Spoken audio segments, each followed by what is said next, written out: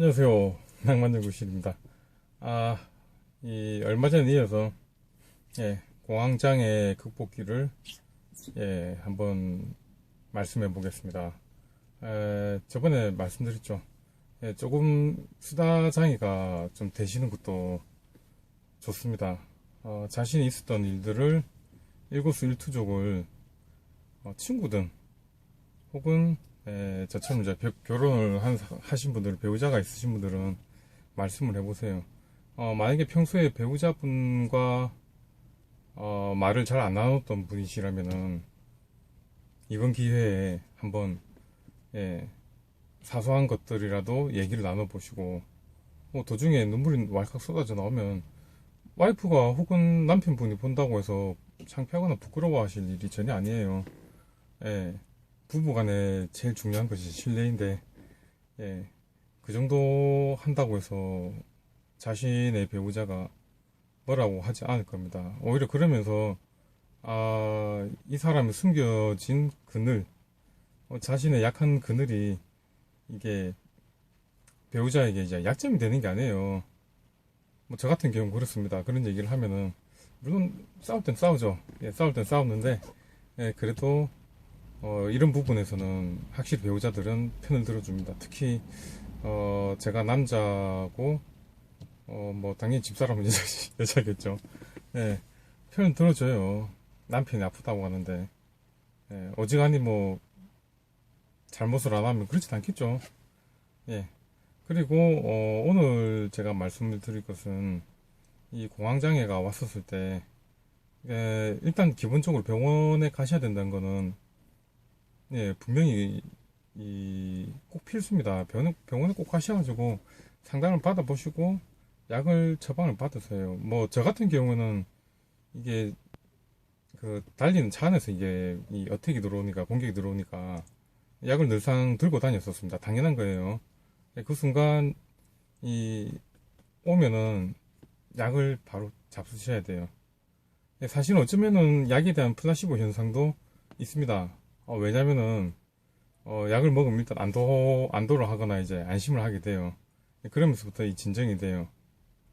예. 그러니까 그게 무슨 말이냐면은 어떻게 보면 일종의 인지치료입니다. 이 공격이 왔었을 때 약을 먹으면 낫는다. 예. 약을 먹으면 괜찮아져요. 물론 어떤 약효가 있겠지만은 그것 또한 인지치료에 저는 들어간다고 봐요. 예. 그러다 보면은 어떤 일이 생기냐면은 점점 공황장애가 낫는다는 신호가 있어요.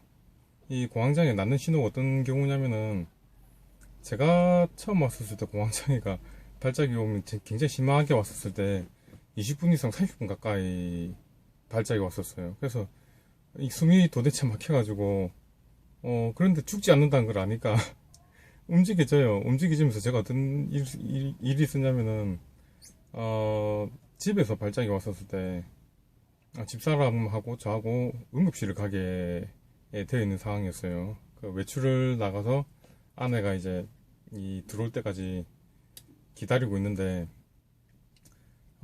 집이 너무 어질러 있었거든요. 그래서 이제 집사람이 기분이 나쁘지 않을까 싶어서 저는 우리 저 집사람한테 깜빡 죽습니다. 예, 집사람이 이제 기분이 나쁘지 않을까 해서 공황장애 이 어택이 왔는데도 불구하고 설거지를 했었어요. 예, 설거지를 하고 기다리고 있었어요. 예. 그게 나중에 이제 이것이 위험한 상태가 아니란 걸 알면은, 비록 그렇게 공격이 왔지만은 움직여질 수 있어요. 왜냐하면 안 죽는다는 걸 알기 때문에. 예, 저도 지금 지나고 나니까 이렇게 되게 웃으면서 얘기하는데, 지금도 고생하시는 여러분들 상당히 힘드신 일이겠죠. 근데 조금 지나시다 보면 괜찮아집니다. 해볼만 해요. 너무 겁을 먹지 마세요. 여러분들 어떤 순간이라도 이 공황장애 때문에 여러분들이 잘못될 일은 없습니다. 저 운전 도중에 공황장애 와가지고 2시간 반, 3시간 가까이 운전을 하고 있었어요. 그러다 보면 또 괜찮아질 때는 또 괜찮아지고 그래요. 발작이 끝날 적에는. 예, 안 죽더라고요. 괜찮습니다. 여러분들 겁내지 마세요. 저가 직접 겪었던 일이었기 때문에. 그리고 아까 말이 샜는데 낫는 신호가 들어와요.